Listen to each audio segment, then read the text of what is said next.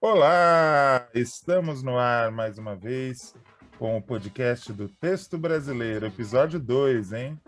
Quem diria?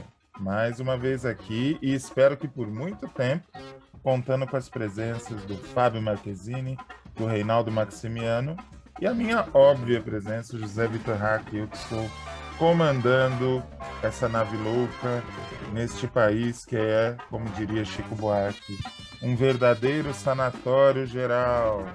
Tá sobrevivendo bem aí? A gente está tentando fazer o possível por aqui também. Mas é isso. Reinaldo Maximiano, você vai bem? Alô, Zé Vitor. Oi, Fábio. Olá a todas, todos e todas. Uai, a gente vai tentando sobreviver nesse FEBEAPA, né? FEBEPA, exatamente. Como é que tá Uberlândia, Minas Gerais? Uberlândia, bem, né? Tá aí na zona roxa do estado, né? Temos aqui Misericórdia. medidas extremas de restrição, né? Porque não existe lockdown nos países, né? Mas medidas extremas de restrição, enfim, né? Nesse país que ostenta aí a marca de 10 mil mortes em uma semana. Pois é. E graças a Deus não estamos nessa estatística, mas estamos tristes por todos os nossos irmãos, companheiros, concidadãos que estão passando por isso. Se você perdeu alguém, é muito provável, todos nós já perdemos alguém. Força aí, vamos tocar a vida e torcer para que essa seja uma situação passageira. Fábio Marquezine, direto de São Paulo, capital. Tá tudo bem por aí? Tudo levando, né? Tudo indo na medida do possível, né? Aqui também a gente está caminhando aqui na capital, vamos colocar assim, para o colapso, né? Uhum. Mato Grosso, né? Eu estava vendo aqui, a gente está gravando como sempre no domingo. Mato Grosso entrou em colapso, então eles pedem socorro, mas ninguém consegue ajudar, porque já estamos entrando em colapso. O país está no colapso, né? É. E a gente está aqui na fase vermelha, o hack também, né, hack? Aqui é fase vermelha brava, tudo fechado.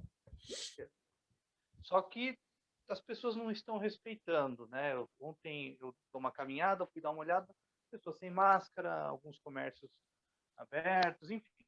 É, também o que a gente pode exigir de um país que não dá suporte para ninguém, para ninguém, para ninguém. Então é muito complicado, né? Mas estamos aqui para deixar um pouco mais leve o clima para todos, né? Porque Isso. para todo mundo que está ouvindo, com certeza está difícil, não está fácil, mas vamos caminhando. Vamos superar. Para superar, eu acho que é sempre bom a gente acreditar que eu falei inclusive isso no Facebook outro dia, que todo morro tem um cume e logo depois do cume vem a descida. Nós temos só duas questões. Será que nós chegamos no cume? Não sei. Eu acho que se a gente não chegou, está bem perto. E logo em seguida vem a descida. Isso é inexorável. É matemático. Logo, logo isso tudo vai passar. Reinaldo Maximiano, vamos começar hoje por você. Qual o tema que você trouxe para a gente debater?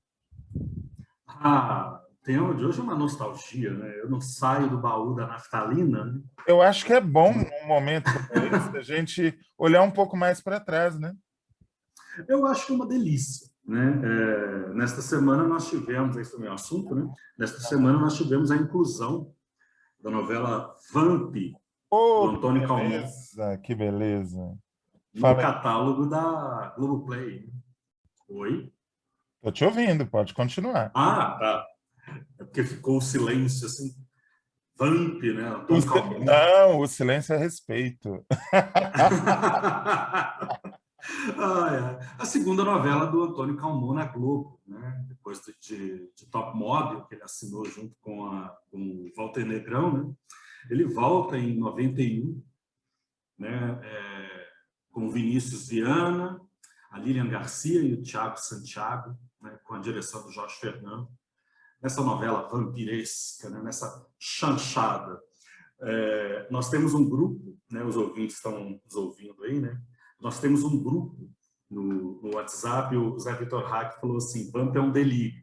Assim, Vamp é um delírio da chanchada na televisão. Assim. A gente já tinha tido anos antes algo semelhante com Que Rei Sou Eu, né? E aí entrou Vamp com essa cara meio de estúdios Hammer, né, dos anos 60, aquela coisa meio trash. Sempre lembrando que eu falei delírio no melhor sentido da palavra. Eu acho que falta delírio nas artes, inclusive. Não, falta delírio completo. Que eu acho que talvez é o que tenha faltado no Beijo do Vampiro, que é uma novela que o Antônio Calmon vai fazer anos mais tarde, né? Pegando a mesma temática. Né? Mas esse delírio, essa loucura, né? Isso aí faz muita falta nas produções de hoje. Né? Nós temos produções muito tímidas, prometem demais, avançam muito pouco, tem premissas muito boas, mas que morrem em 1, 2 semanas. É o caso de Vamp. A premissa de Vamp morreria em poucas semanas. Né? E no Frigir dos Ovos, a novela tem 179 capítulos. Isso é capítulo pra caramba. Né? Eu não sei o que vocês dois acham, mas eu tenho convicção que Vamp só é o que é, ou seja, esse fenômeno cult que já foi para o teatro, que logo logo alguém vai fazer um filme. Eu acho que só virou o que virou pela qualidade do elenco, né?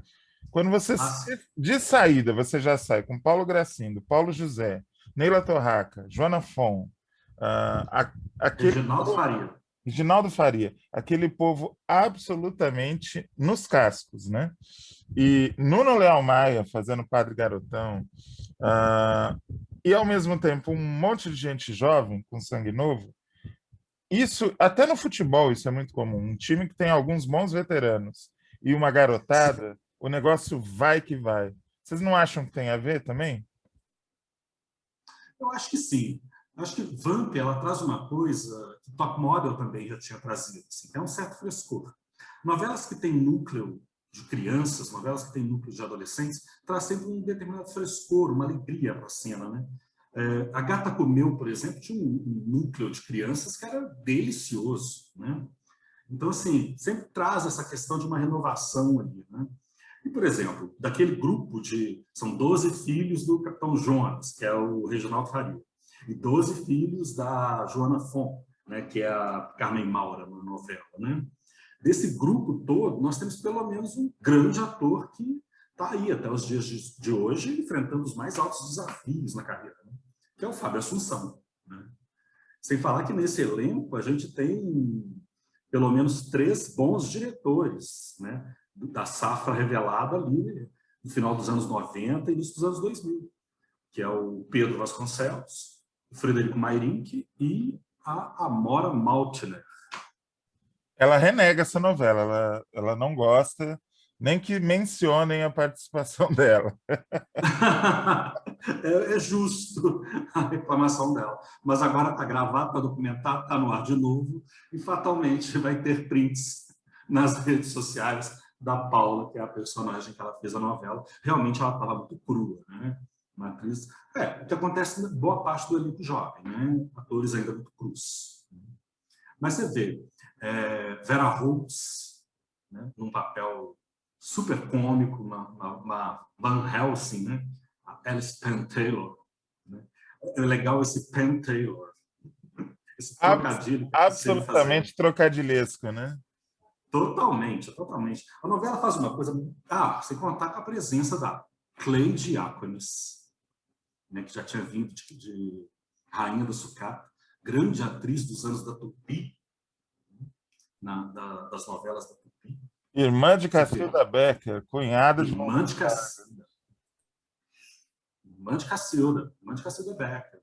Você vê Neila Torraca, Paulo José, eu agora estou chegando nos capítulos ali da 37, acho que eu cheguei no capítulo 37. Gente.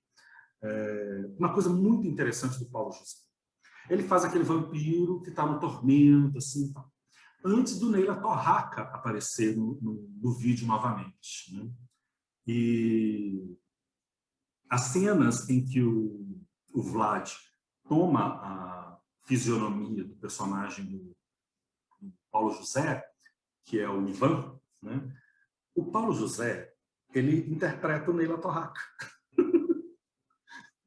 um jeito de falar e os trejeitos, tudo. Ele está imitando Neila Torraca. Eu E é dublado confesso que pelo eu não próprio, me né? lembro disso. É genial. Dá vontade de ver só para ver isso. É genial. Porque ele, todos aqueles trejeitos, aquela coisa exagerada e bem carnavalesca que o Neila Torraca presta para o vampiro, né, para o Vlad, o Paulo José vai e faz também. É genial. Quem está na direção é o Jorge Fernando. Então, assim, é uma grande loucura. Agora, tem uma coisa que eu acho muito interessante. O primeiro capítulo de Vamp é um capítulo super atual, muito atual. Começa com o Neila Torraca caminhando pela cidade, e aí, né, ele como vampiro, aquela música de suspense, e mostrando a poluição do ar, a poluição dos rios, a pobreza, os ônibus cheios, os metrôs lotados, ou seja, as diferentes formas de vampirizar o povo, né? De sugar sua energia e drenar a força desse planeta. Não bastasse a gente se matar, a gente ainda mata o planeta. O nosso pescocinho está à disposição há um bom tempo, né? Há um bom tempo, há um bom tempo, né? E aí você vê, e é uma coisa interessante, porque Vamp traz uma discussão ecológica, né? Estava na moda, né? Pantanal inaugura essa discussão em 1990, né? E em 1991 vem essa novela das 7 da Globo, né? Que eram novelas vocacionadas para o humor, e é por isso que Vamp vira uma grande chanchada, né? Vira um grande carnaval. Mais tarde vai ter aí até Thriller ganha uma paródia no Thriller do Michael Jackson, ganha uma paródia na novela. Você tem referências a cinema, você tem referência a grandes diretores. Tem uma loja na cidade que chama Godard. A própria heroína da novela, chamada de Carmen Maura, né? Essa coisa do Almodóvar, né? Então, assim, você tem um clima cinematográfico muito forte em Vamp, né? E era, talvez, acho que Vamp é daquela fase de que a televisão se livrou das amarras da censura, né, com a Constituição de 88. Então, ela é daquela safra de novelas que resolveu rasgar os limites, ultrapassar os limites, né? Então, nós temos corpos jovens na praia, de biquíni, de sunga cavada, Fábio Assunção novinho, magrinho, parecido até com o filho dele, o Pedro Luciana Vasconcelos, Vendramini. Luciana Vendramini, que invadiu os sonhos de todos os adolescentes héteros e bissexuais. Todos. Todos e todas as adolescentes também, que é a Luciana Vendramini, muito crua para o papel ainda muito, né, como é que eu vou dizer? Muito crua como atriz, né? Muito incipiente ainda como atriz. Mas não interessa, ela entrava no vídeo, era uma visão e deixava a gente hipnotizado, e era difícil não perceber Luciana Vendramini em cena. Ela voltaria mais tarde no Rei do Gato com um papel bem interessante. Inclusive, nessa época, tinha duas criaturas no ar ao mesmo tempo com a mesma característica. Era às 7, a Luciana Vendramini, e às 9, a Luma de Oliveira. Às 9 não, às 8, né? Com a sua garota de programa maravilhosa, que eu esqueci o nome agora. A Ana Maria. Ana Maria, exatamente. Os adolescentes da O... época tinham diversão garantida, digamos assim. Diversão garantida. E aí uma coisa, né? Um elenco negro, com o Oswaldo, com o Tony Tornado, né? E com a Aida Lerner, né? E uma coisa interessante, porque assim, a maldição do vampirismo que chega na cidade atinge os brancos, mas não atinge os negros, descendentes dos povos escravizados neste país. Interessante. E eles têm a chave para resolver o mistério também. Oi? Adoro essa atriz, Aida Lerner. Ela aparece muito de vez em quando no vídeo. Lembro dela muito em Queridos Amigos, em Mandala. Lembro dela muito em Vida Nova. Vida Nova também, exatamente. Ela era uma presença muito agradável no vídeo. Muito. Fazer uma parceria com o Tony Tornado, num papel, né, finalmente, né, entregaram ao Tony Tornado um papel com muita presença em quase todos os capítulos, com muitas falas. Não é nem número de falas, mas presença e importância na dramaturgia, né? E quando começar a guerra com os vampiros, né, eles vão ali com as forças dos orixás tentar livrar a cidade da maldição vampiresca. Maravilhoso. Essa novela era muito pop mesmo na época. Eu falei que ela acabou ficando cult. Cult realmente só o tempo que dá esse título para uma história. Teve um Só. filme, uma série e tal. Mas pop ela foi desde o começo. Ela teve álbum de figurinhas. Eu me lembro, eu era criança, eu passei 8 meses com uma dentadura na boca. Eu também. As 3 trilhas brincadeiras sonoras. dos primos eram todas giravam em torno de vampiro e De foi uma vampiros. febre, foi uma febre. A novela teve 3 trilhas sonoras. Isso era uma coisa raríssima Raríssimo, raríssimo. naquela época. Acho que eu lembro de Bravo, do Gilberto Braga, ter uma trilha sonora de músicas clássicas, uma coisa assim. Mas é uma coisa muito rara você ter uma novela com 3 trilhas sonoras, né? Rainha da Sucata teve também uma trilha complementar e Bebê a Bordo também teve uma trilha complementar. Eu me lembro de Gabriela, que tinha a trilha com as músicas que tocavam no Bataclan. Ah, sim, verdade. É verdade, E eu sim. lembro de Mandala, que saiu um disco só com o Fino do Brega, que chamava-se As Preferidas do Tony Carrado. Na verdade, as preteridas. As Ele falava Preteridas, errado. As exatamente. preteridas. Ele falava errado. Que tinha que Mas o ter Nuno uma batatada do Tony Carrado, né? tinha. O Nuno Leal Maia estava numa fase muito boa, né? Ele tinha vindo ali do Mandala com o Tony Carrado, passou ali pelo Gaspar. Ele já tinha feito um papel incrível, que era o professor lá em A Gata Comeu, né? Então, essa coisa do Nuno Leal Maia cercado por crianças e adolescentes não é nenhuma novidade. Não na televisão, né? Vem aí da Gata Comeu. Né? É porque no cinema ele era cercado por gatinhas. A fase Ah, dele sim, da a fase da pornochanchada. pornochanchada. Exatamente. Não nos esqueçamos de que o Padre Garotão, eu gosto de tratar ele assim, porque se ele fosse padre, ele seria aquele padre mesmo. Ah, Sim. ele é o famoso Homem de Tu. É, sim, Não sim, sabem do que se da trata? pornochanchada. Joguem no Google que vocês vão levar um susto. Agora, a gente vai aproveitar e mata a saudade de um monte de gente boa. Né? Por exemplo, o Oswaldo Lousada, o Milani, né? O Francisco Milani tá na novela. A Hilda Rebelo, né? Que é mãe do Jorge Fernando, o próprio Jorge Fernando. Né?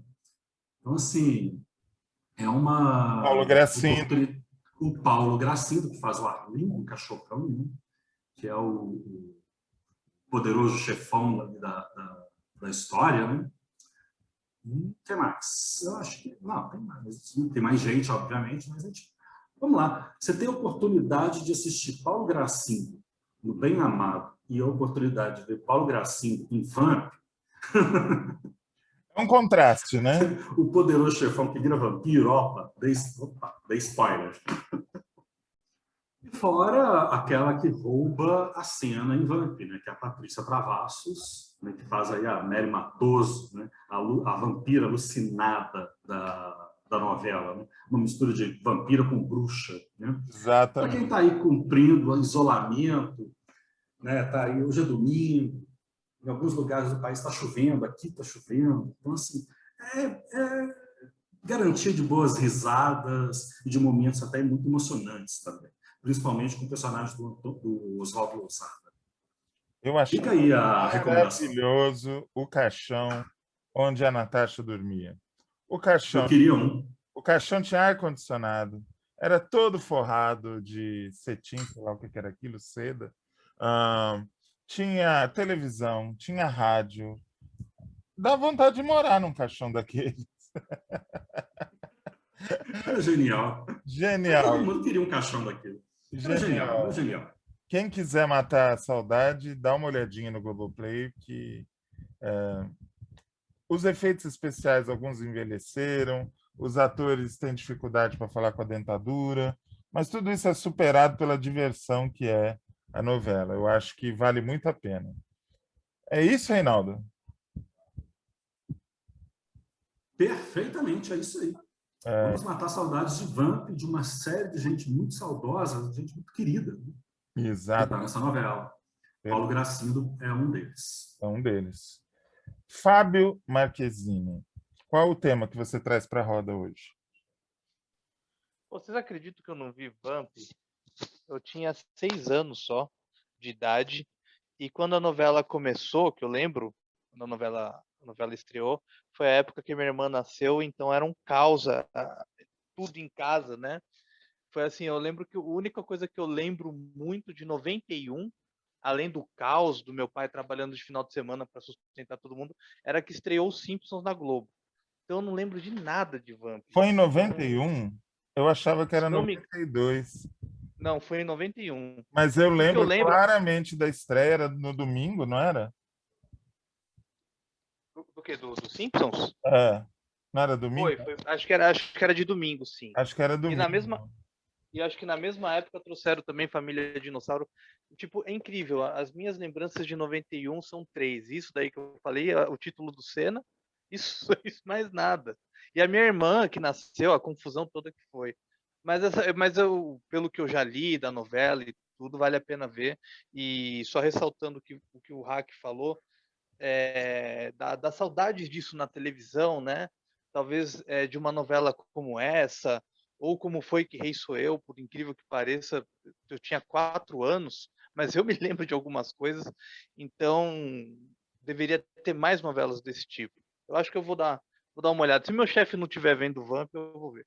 Eu Eu, uso a con- conta eu dele. concordo plenamente, porque, inclusive, eu acho que é uma oportunidade, eu não sei se você vai concordar comigo, para as concorrentes da Globo buscarem uma coisa diferente. Porque, ok, o SBT encontrou seu nicho infantil, a Record encontrou seu nicho religioso, a Rede TV encontrou seu nicho que todo mundo sabe qual é, eu não vou dizer qual é, mas enfim, eu acho que uma dramaturgia mais leve, mais descompromissada com, eu ia falar com qualidade, mas não é com qualidade, com descompromissada com excelência. Você não precisa ser excelente o tempo inteiro, né? Faz uma novela Falta humor, leve, né? lógico, uma coisa Falta leve, humor, né? debochada, para rir, sem compromisso. Falta isso na televisão. E não adianta a gente esperar que a Globo seja esse local, porque ela tem muito a perder, diferentemente das outras, né? Você falou, deixa eu citar uma coisa, não tem nada a ver com esse assunto de Vamp que você está falando, mas eu lembrei de uma coisa no Nonsense, eu acho que vocês devem saber. Nonsense, acho que foi até sem querer da Globo.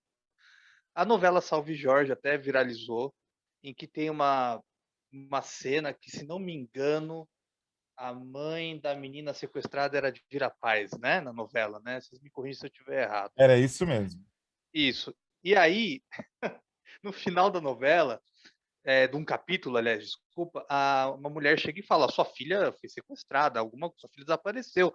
E ela, né, com os olhos esbugalhados, vê a trava e começa a tocar um samba nos créditos finais. Tipo, nada a ver.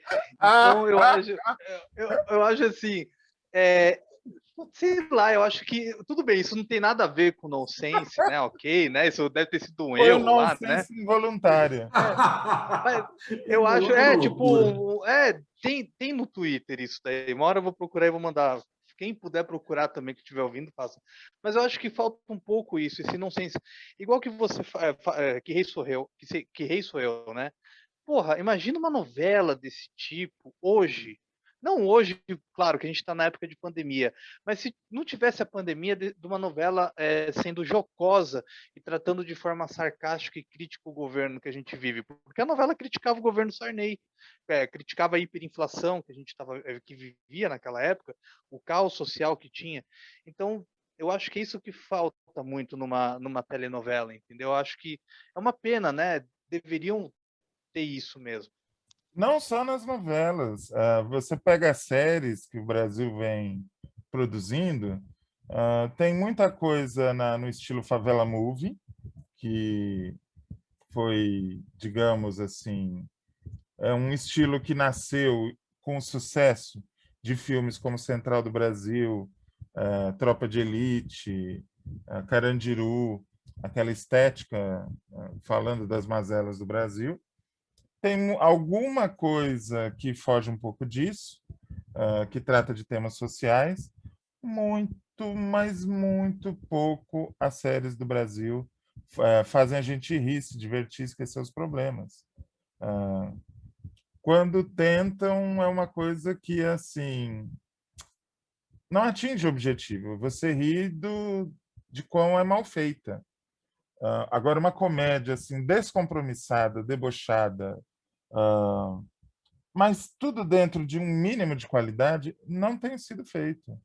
As séries, as novelas têm tido uma sobrevida ainda muito grande porque está faltando para as séries chegarem aos nichos que a novela já chegou e sambou em cima e tal. É mais ou menos isso que eu acho. Fábio, e o assunto que você trouxe para nós hoje, qual é? Bom, eu estava vendo o meu canal, aliás, fazendo a propaganda, Arquivo Marquezine, né? Ah, aproveitando também, se você que está ouvindo aí precisar de apresentação e produção para baile de debutante, velório, é, é, ação de despejo, contem comigo, tá? A gente está aí para fazer qualquer coisa por vocês aí. Bar mitzvah, não tem preconceito religioso, tá? Enterro de Estamos aí, anão. erro de anão.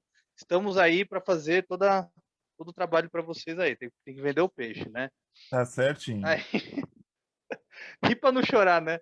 Mas enfim, meu canal, o pessoal gosta muito. Eu sei que o Hack adora também intervalo comercial, né? Qual é o nome do seu canal? Faz o comercial direito. Arquivo Marquezine. Muito bem. Acessem mais uma vez, pelo amor de Deus. Pode continuar. E eu vejo o quanto as pessoas gostam muito, né, de ver os intervalos e tudo mais, o quanto as pessoas comentam bastante, não, da qualidade dos comerciais, etc e tal. Eu me peguei vendo um comercial, eu sei que é do ano passado, mas eu me peguei vendo comercial esse ano, nos 100 anos da Folha de São Paulo, que eles relembraram um comercial até que eles fizeram ano passado, sobre o Use Amarelo pela democracia, né? E é um comercial muito para frentex, com uma música muito para frentex, muito animada, com as pessoas com banana, sei lá o quê. E eu fiquei olhando aquilo, nada contra a democracia, pelo amor de Deus, tudo a favor, claro, campanha sempre a favor da democracia é essencial. Só que eu acho que não é o momento de ter uma música para frentex ou pessoas segurando banana. Eu acredito que tem que ser pesado o negócio, tem que ser aquilo que faça o espectador que está vendo aquela peça pensar, raciocinar e deitar e ficar com aquele comercial na cabeça, martelando sobre a mensagem que foi passada ali, né? E agora que a gente está aqui na pandemia e voltamos, digamos, a estaca zero, até no início da pandemia a gente viu a publicidade falando às vezes de uma certa forma com simplicidade, de uma forma até tocante. Não vejo mais isso. E aí, ao longo dos anos, eu também não vejo mais as grandes peças publicitárias é, colocando você para pensar como a gente pensava antigamente, né? Parece Como que as fazia a gente. campanhas hoje em dia não são mais tão abrangentes, né? Parece que elas Pois é, focam só no essencial, que é vender, e todo o resto, que é o encantamento, envolvimento com a marca, parece que ficou um pouco de lado. sim, e esse é o ponto da publicidade, que é fazer você prestar atenção, né, você focar os seus olhos naquilo, fazer você pensar, guardar e tudo mais. Mas assim, é muito complicado porque até ações sociais não tem mais esse impacto como tinha antigamente, né? Por exemplo, vocês devem lembrar, quem estiver ouvindo também, quem tem mais de 30 deve lembrar, que era aquela campanha da fome, do Betinho, que era aquele prato vazio caindo, né? Aquele barulho. Aquilo é horrível, né? Aquilo é uma coisa de impacto, né? E Ou a aquele própria slogan, né? Quem tem fome tem pressa. isso. Não, a própria música, né? Ou, por exemplo, até da Fundação Roberto Marinho, que é a Fernanda Montenegro falando da praça, que tinha aquela rua, que país é esse que não tem memória? Então, eu sinto... Uma campanha que eu nunca me esqueci e que até hoje, quando me vem à mente, eu me sinto assim, ao mesmo tempo feliz e emocionado.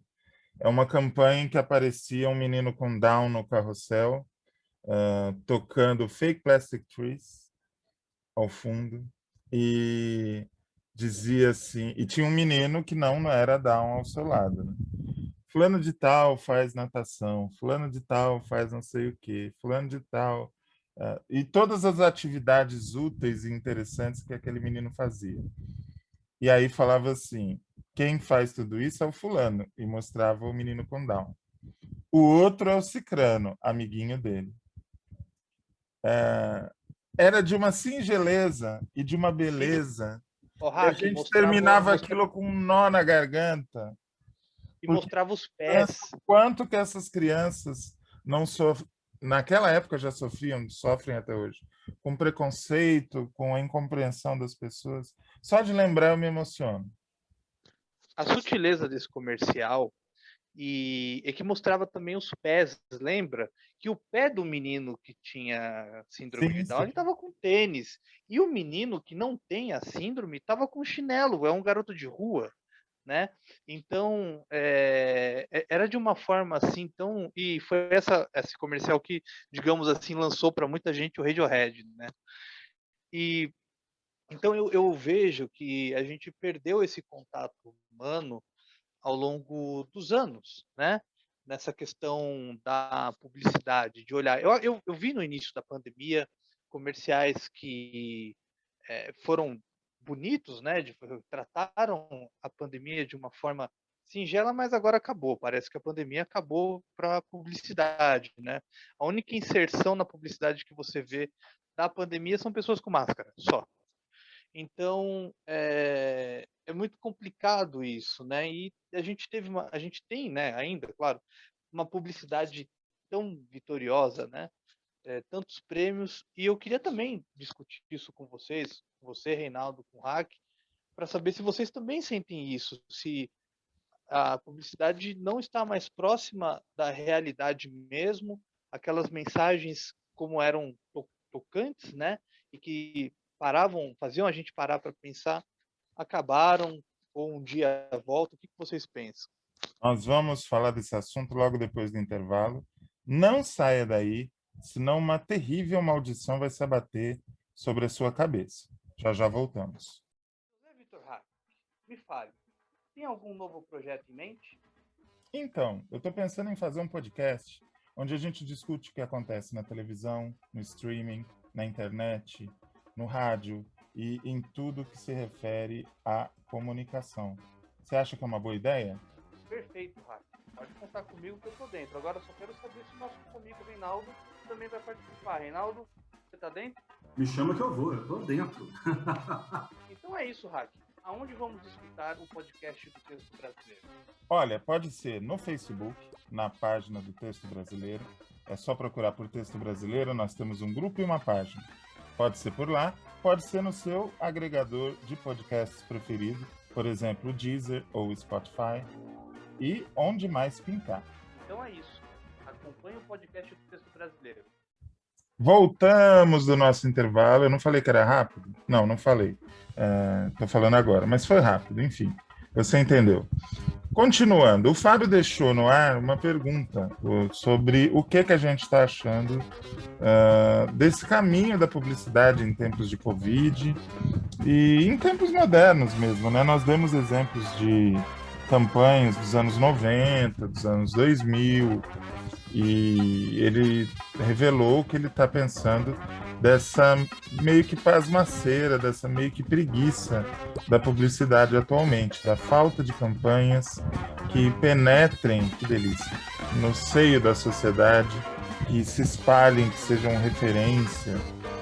Nem precisamos voltar tão para trás. Eu me lembro muito da campanha do Pônei Maldito, da Nissan, também da Nissan, acho que era até do mesmo carro, a campanha dos Agroboys.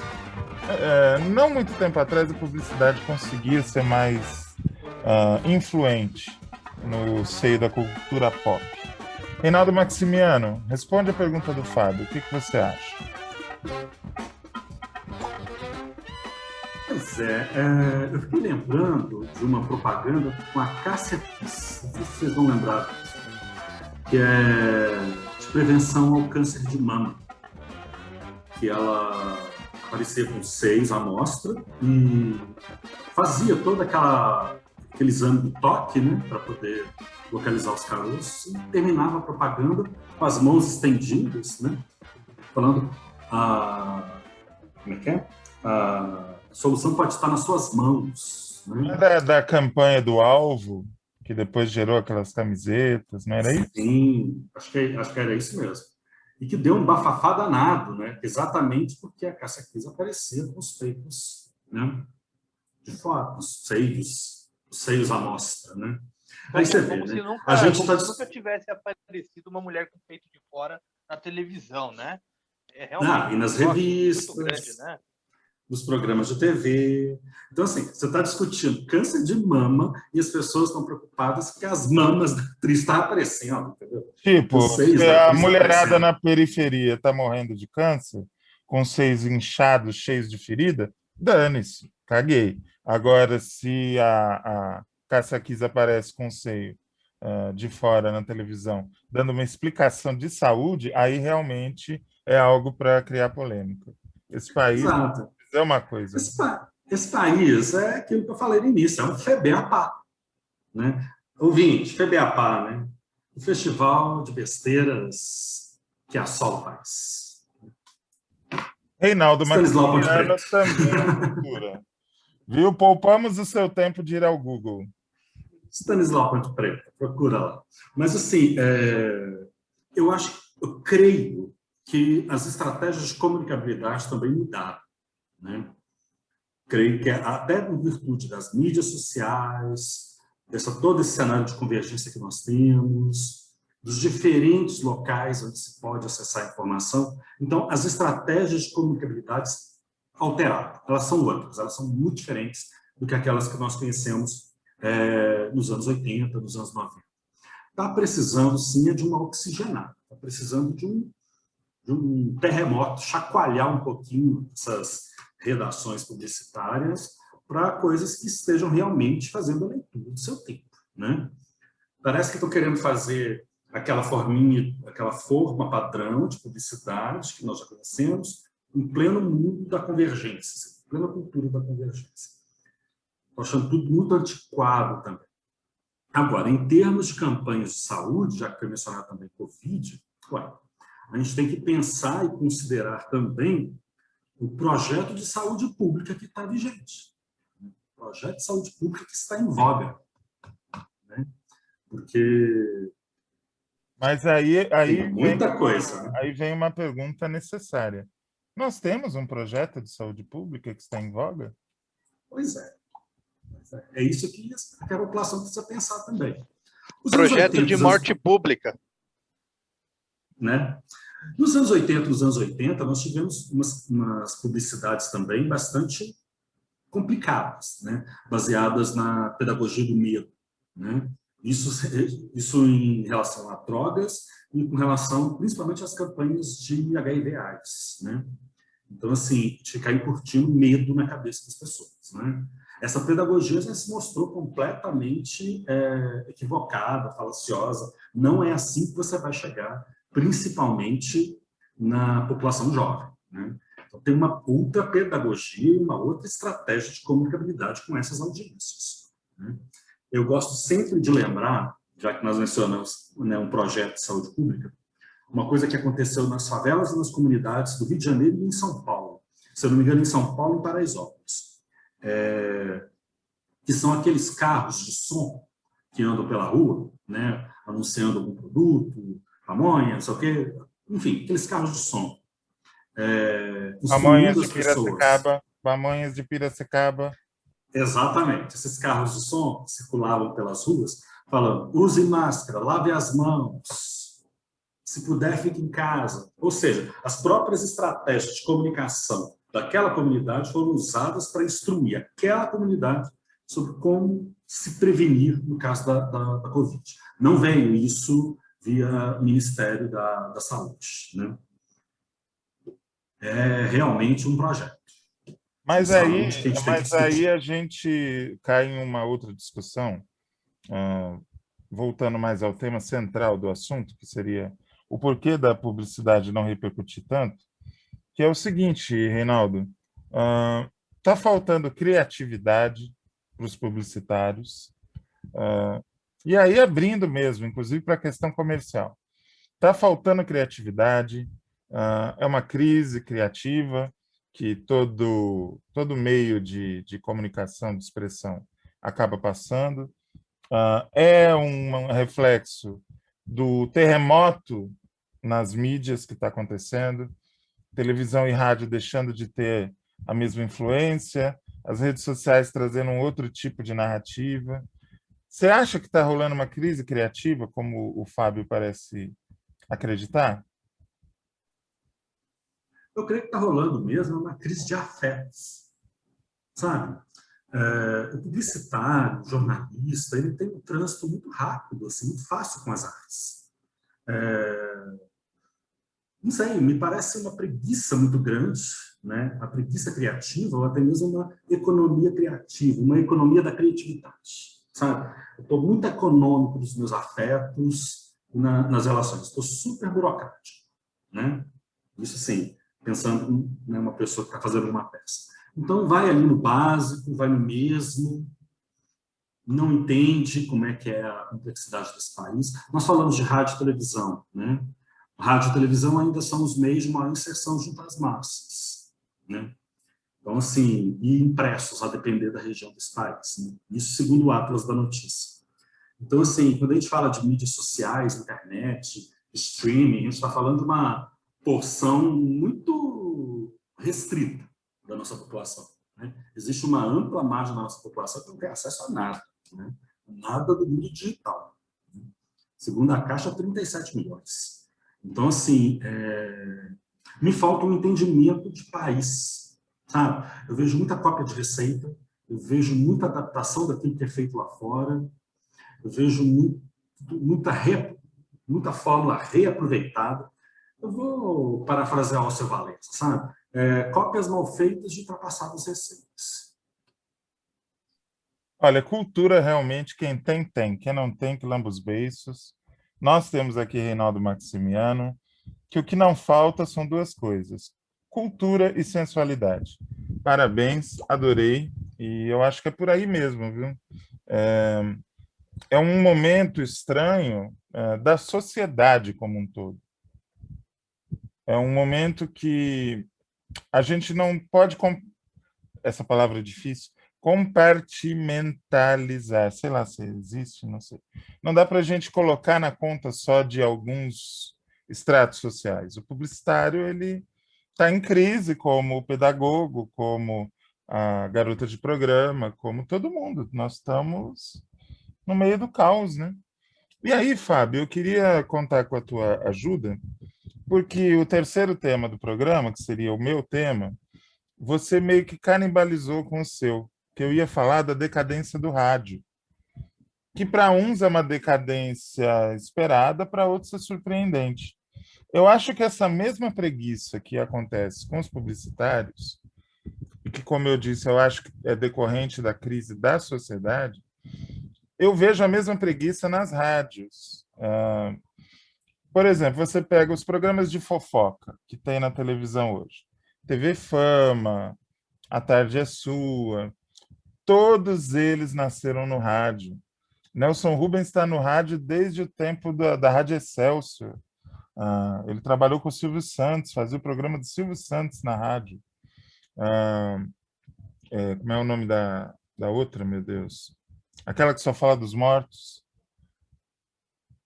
A fofoqueira. Sônia Abrão. Sônia Abrão, a coveirinha do Brasil. A que só fala dos mortos não tem como, né? Eu dei a pista básica, né? A Sônia Abrão... Você sabe que eu pensei que era a Márcia Fernandes? Não, a Márcia é do Só fala dos esoterismo. mortos. A Márcia é do esoterismo. A fofoca dela é só dos espíritos que grudam nos azulejos, né, Reinaldo? Então, a Sônia Abrão, eu me lembro quando eu era criança, eu morava em São Paulo, de ouvir o programa dela na Rádio Capital. Minha mãe era viciada no programa dela. A mesma coisa com o humor. O Pânico nasceu onde? No rádio. E do Pânico surgiu todo um movimento que renovou o humor, com todas as críticas que a gente possa fazer, mas teve um papel muito importante. E o que está se criando hoje no rádio? Muito pouco. É notícia, trânsito, música, futebol e muita preguiça. Eu acho que é um panorama muito parecido com o panorama que a gente enxerga na publicidade. Você não acha, Fábio? Eu concordo, porque eu acho que o estádio, está na cabeça. O rádio, ele estacionou naquilo que porventura estamos fazendo aqui, né? Que é o podcast. Sim, e eles usam muito da mulata. Fono. Se alguma fono quiser me patrocinar, estamos aí. Eles se amparam muito na muleta das novas tecnologias, que agora é tudo digital. Ok, mas você poderia combater isso com um conteúdo melhor, né? Não, com certeza. O rádio ele tem um potencial muito grande, né? Eu até admito para vocês aqui que um dia desses eu estava ouvindo o programa do Reinaldo Azevedo, né? Que agora Maravilhoso, tá maravilhoso. lindo ouvir, agora tá lindo ouvir o Reinaldo, porque, né? Só tá batendo no governo, então tá ótimo, a gente concorda com ele. Enfim. Mas aí o que acontece? Eu acho que é interessante, mas o debate no rádio, eu acho que é muito legal você utilizar a rapidez do rádio, só que eu acho que está muito estacionado. E você falou do pânico, é muito triste ver o que o pânico virou, né? E nem falo de questão política, não, tá?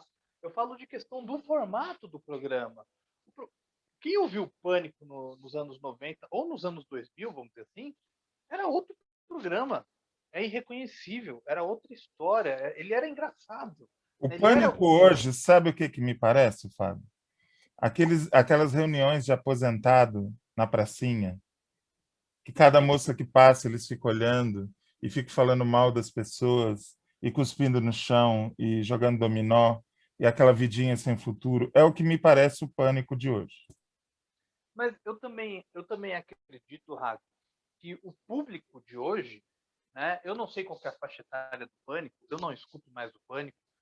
Desde que eu vi o que virou, eu não me interesso mais a ouvir esse programa. Eu acho que é isso que também, talvez, essa nova faixa etária, né? Temos que sempre lembrar que quem nasceu em 2000 está fazendo 21 anos agora.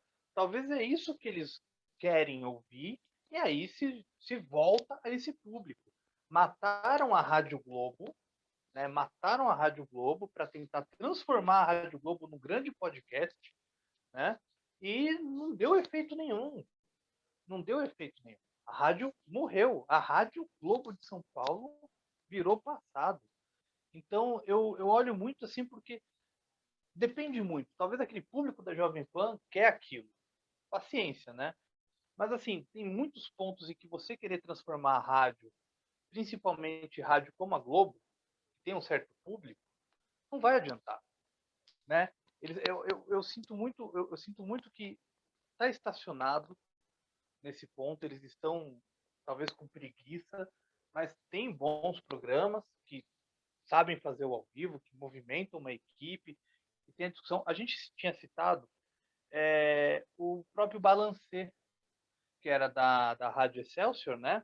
Exatamente, E um programa maravilhoso que era apresentado pelo Juarez Soares, pelo Osmar Santos, e o Fausto Silva fazia reportagens externas, mas depois acabou assumindo o estúdio também, né? caso você não conheça, esteja ouvindo a gente, procure Balancê Rádio Excelsior no YouTube, que tem algumas edições lá, que ele é sensacional. Ele era um programa que misturava política com humor, com esporte e variedade. E no horário do Pânico, né? Era um programa na hora do Pois almoço. é. Isso, na verdade, potencial hoje em dia nem se fala. Ó, a gente está fazendo um podcast aqui, cada um na sua casa, sabe? Assim, a gente faz, estamos aqui fazendo por nós, entendeu? Imagina você ter uma emissora de rádio. Então, assim, eu sinto que há uma preguiça muito grande, até de próprias rádios que são musicais. Por exemplo, uma que eu gosto muito, que eu escuto, que é a Kiss FM. Eu acho uma rádio muito bacana pelo estilo musical que eu gosto, só que não tem uma movimentação. Não existe um programa movimentado que possa trazer interação. Não, é muito ali. É muito parado. Eu sinto falta disso, né, hoje em dia. Eu acho que estacionou, Rafa. Mas tem É. coisa boa ainda, mas Não, não tem tem muita coisa funcionado. boa. Inclusive, eu recomendo a todos a Cultura FM de São Paulo. Ah, Ah, maravilhoso. além de música clássica, que é uma coisa que toca muito pouco, toca MPB, toca jazz, e tem programas de temas que eu acho que só na cultura você vai conseguir ouvir. Programa de teatro, programa sobre qualidade de vida, mas com um enfoque diferente. Vale muito a pena dar uma olhada. Mas você vê, Tem dois programas. a Ah, gente que citou desculpa te duas interromper. rádios num universo imenso, né, Fábio? Desculpa te interromper. Você falou da Rádio Cultura. Tem dois programas maravilhosos, que é o Super 8, que são de trilhas de cinema, em que se disseca a trilha de cinema de um filme, enfim, e o Super Tônica, que acho que é com o Arrigo Barnabé. E são Exatamente, assim, exatamente. é maravilhoso. Eu já escutava a Cultura FM. Você falou de jazz porque é raro ter uma rádio de jazz no Brasil. Você tem que recorrer ao streaming para ouvir rádios americanas que só tocam jazz, enfim.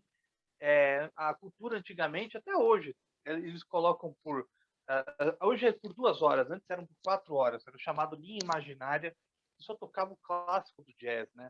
Então, a Cultura FM, além dessa questão toda, é pela variedade de programas que são diferentes, né? E são muito legais, assim. Você acaba conhecendo muita música nova pela Cultura FM, né? Concordo plenamente.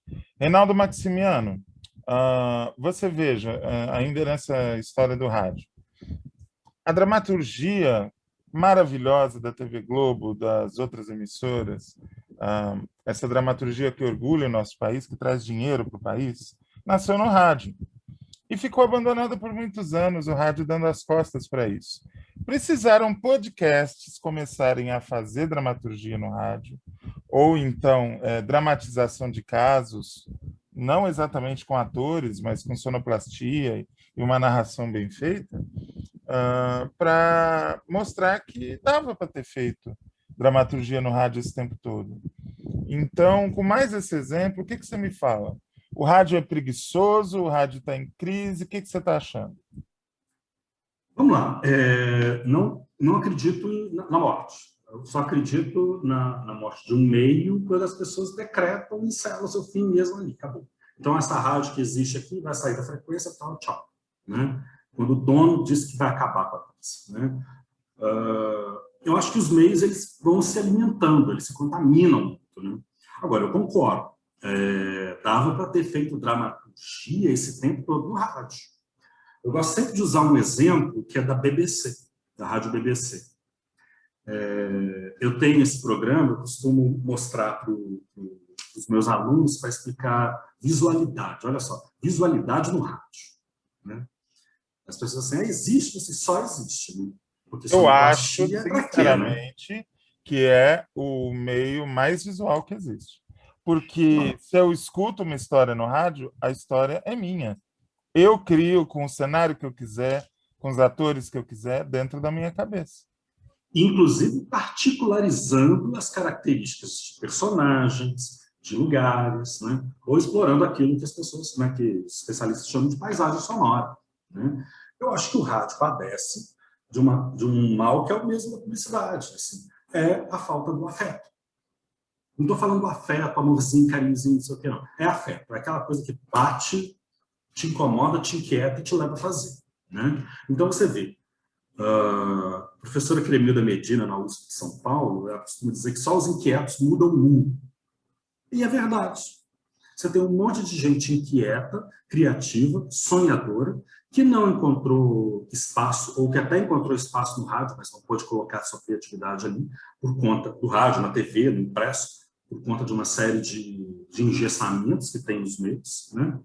E foi fazer isso cavando seu espaço, no seu blog, no seu podcast, foi cavando um lugar nas mídias sociais, já que naquela mídia dita de referência não era mais possível, né? Como só os inquietos mudam o mundo, o resto vai a reboque, né? Vou Então, assim, complementar a fala da professora. Como é o nome dela? Cremilda Medina. Vou complementar a fala, então, da professora Cremilda com uma frase que volta e meia eu coloco nas minhas redes sociais, do Dias Gomes. Quem não quer incomodar, ou seja, quem não veio ao mundo para incomodar, não deveria ter vindo ao mundo. É por aí, né? Exato. Não devia ter nascido. Então, você vê o exemplo da Rádio BBC. Eles fazem uma crônica. Quem quiser depois, entre em contato nas minhas redes, que eu mando o link para vocês. O link da Rádio BBC. Eles fazem uma crônica sobre uma ilha fantasma que existiria na Irlanda. Chama Rai Brasil. Existem crônicas da época dos piratas sobre a existência dessa ilha, né? E que guardaria alguns tesouros, que era um grande paraíso na Terra, enfim, né? O locutor dessa crônica anda por Rai Brasil. A gente escuta os pés dele amassando folhas, né, perto de uma cachoeira. Depois ele anda perto de uma praia. A gente escuta os passarinhos, a gente escuta animais silvestres, barulhos de galho quebrando, os macaquinhos pulando de um lugar para o outro. Ou seja, esse lugar não existe. O cara vai dizer, o narrador para a gente vai falar que não existe esse lugar, mas eles dão existência visual, existência plástica, estética para o lugar, né? Isso só diz da potencialidade de criar mundos, né? Que os dramaturgos, as dramaturgas, que escritores, artistas têm, né? É o lugar em que o rádio encontra com a arte, né? E isso tem grandes potências, porque você vê gente explorando recursos semelhantes para fazer documentário em áudio, né? Ou séries documentais em podcast. É o caso, por exemplo, de Praia dos Ossos, né? Que foi a grande revelação do ano passado, né? Então, você recuperando áudios, fazendo um inventário prodigioso de documentos de áudio, né? Recuperando coisas que a gente sequer sabia que existiam, né? Como uma imagem em movimento da Ângela Diniz, né? E uma imagem em movimento sonora, né? Anunciando um cartão de crédito. Então, assim, isso tudo demanda pesquisa, isso tudo demanda investimento, isso tudo demanda afeto, envolvimento pela coisa, vontade de fazer. E me parece que, na grande maioria das vezes, os nossos esquemas de trabalho não nos deixam fazer, né? Então, aí um cenário complicado. Complicadíssimo, concordo plenamente. Fábio Marquezine, mais uma semana juntos, um prazer trabalhar com você. Tem algum recado para passar, alguma dica, alguma coisa para se despedir? Olha, antes de despedir aqui, eu queria. O Reinaldo. Desculpa, o Hack falou da propaganda que ele mais teve impacto, que é aquela do Síndrome de Down. Eu queria que o Reinaldo falasse alguma propaganda que teve um impacto para ele. Acho que ficou faltando isso. Eu falei, foi a da Cássia Kiss, da campanha do câncer de mama. Ah, Eu verdade. fiquei muito... Aquilo foi impactante para você, então? Foi, porque eu era criança, né? Então, assim, eu, como criança, entendi que aquilo era muito sério. E é curioso, porque, assim, eu não entendi aqueles seios como os seios de uma atriz numa cena erótica. Eu entendi aqueles seios como os seios colocados por uma atriz por um cuidado com o corpo. Eu entendi a mensagem. Eu era criança e entendi a mensagem, né? E logo veio toda aquela polêmica de uma erotização, não sei o quê, enfim. Mas aquela propaganda me chocou muito. Principalmente que ela fala que a solução pode estar nas suas mãos, assim, a tomada final, né, da propaganda. Aquilo foi muito impactante para mim. Não, e quem vê essa propaganda vê que não tem nada de erótico. É uma babaquice dessas pessoas aí que, enfim, não dá nem para sabe, imaginar o que se passa na cabeça de alguém querendo proibir um comercial desse. Eu até queria deixar uma aquela, dica. Pode falar, pode falar. é aquela velha interdição ao corpo. A gente não tem direito à mulher, então. Né? Então, nessa sociedade nossa, quem é dono do corpo da mulher? Essa sociedade machista, patriarcal, que quer ditar o que pode, o que não pode, que horário que deve ser exibido. Entendeu? Então, assim, é a velha interdição do corpo, esse juízo moral, esse juízo de Deus que recai sobre a gente de uma forma muito punitiva. A gente está precisando trazer Dionísio para a cena, mas não para esse erótico que as pessoas ficam pensando, uma consciência do corpo e seu movimento no mundo, seu movimento transformador no mundo. Com certeza, né? Eu concordo totalmente, Reinaldo. É uma hipocrisia. Como é que é? Enfim, a hipocrisia, né? A hipocrisia. Eu deixo aqui para quem está ouvindo procurar no YouTube um comercial que até hoje me faz pensar muito. Tem tantos comerciais para falar, mas eu queria destacar um, já que o Hack fala, estamos aqui toda semana. O lançamento do comercial, o lançamento da revista Época, que é um comercial que foi feito pela W Brasil, em que fala sobre a semana.